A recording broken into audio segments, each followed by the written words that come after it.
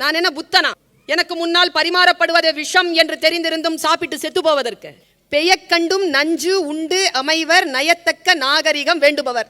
ஆசிரியருடைய பேக்கெட்டை திறந்து பார்த்தீங்கன்னா ஏதாவது ஒரு சாக்லேட் இருக்கும். கண்டிப்பா குழந்தைகள் உள்ள வரும், ஹாப்பி பர்த்டே மிஸ்ன்னு சொல்லி சாக்லேட் கொண்டு வரும். அப்போ என் பக்கத்தில் உட்காந்து சயின்ஸ் டீச்சர் சாக்லேட் வாங்க மாட்டாங்க அப்படிம்பாங்க. அந்த குழந்தை மிரண்டு அப்படி போ இந்த மாதிரி செய்துன்னு யோசிச்சுட்டே இருந்தேன்.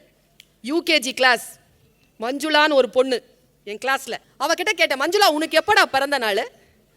அவ சொன்னா, எனக்கு வந்து இன்னும் 3 days இருக்கு மிஸ்னு. உனக்கு என்னடா வேணும்? கிஃப்ட் தருவீங்களா மிஸ் அப்படின்னு. கண்டிப்பா தரேன். என்ன? பார்பி டால் மிஸ்னு. நான் பார்பி டால் உனக்கு தரேன், ஆனா நான் சொல்ற ஒரு வேலையை நீ செய்யணும். என்ன மிஸ்?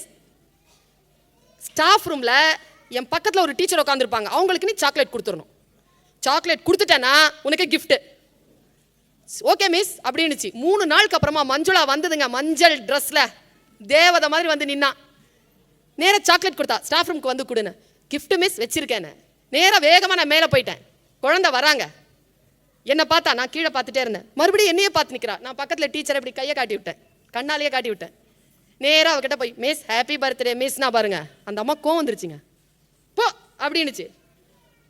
அது என்ன பார்த்துதா, நான் நேராக பார்பி டாலை எடுத்து பார்த்தேன். அவள் மிரட்சியில் அந்த பார்பி டால் அவளுக்கு வேணும், ஆனால் இந்த அம்மா சாக்லேட் வாங்க மாட்டேங்குது. மிஸ் ஹாப்பி பர்த்டே மிஸ்னு போ சொன்னல. கோவம் வந்துருச்சுங்க அவளுக்கு. பார்பி டால் கிடைக்காதுங்கிற நிலைமைக்கு வந்துட்டா அவ.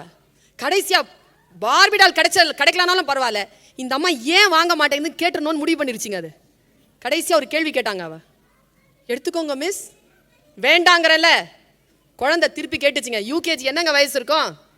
4 வயசுங்க. 4 5 வயசு. ஏன் அப்படின்னுச்சிங்க. எழுந்திரிச்சிட்டாங்க அந்த அம்மா. ஏன்னா எனக்கு சுகர். அதுக்கு திருப்பி அடிச்சா பாருங்க மஞ்சுளா, இதுவும் சுகர் தான் மிஸ், எடுத்துக்கோங்க மிஸ்னா.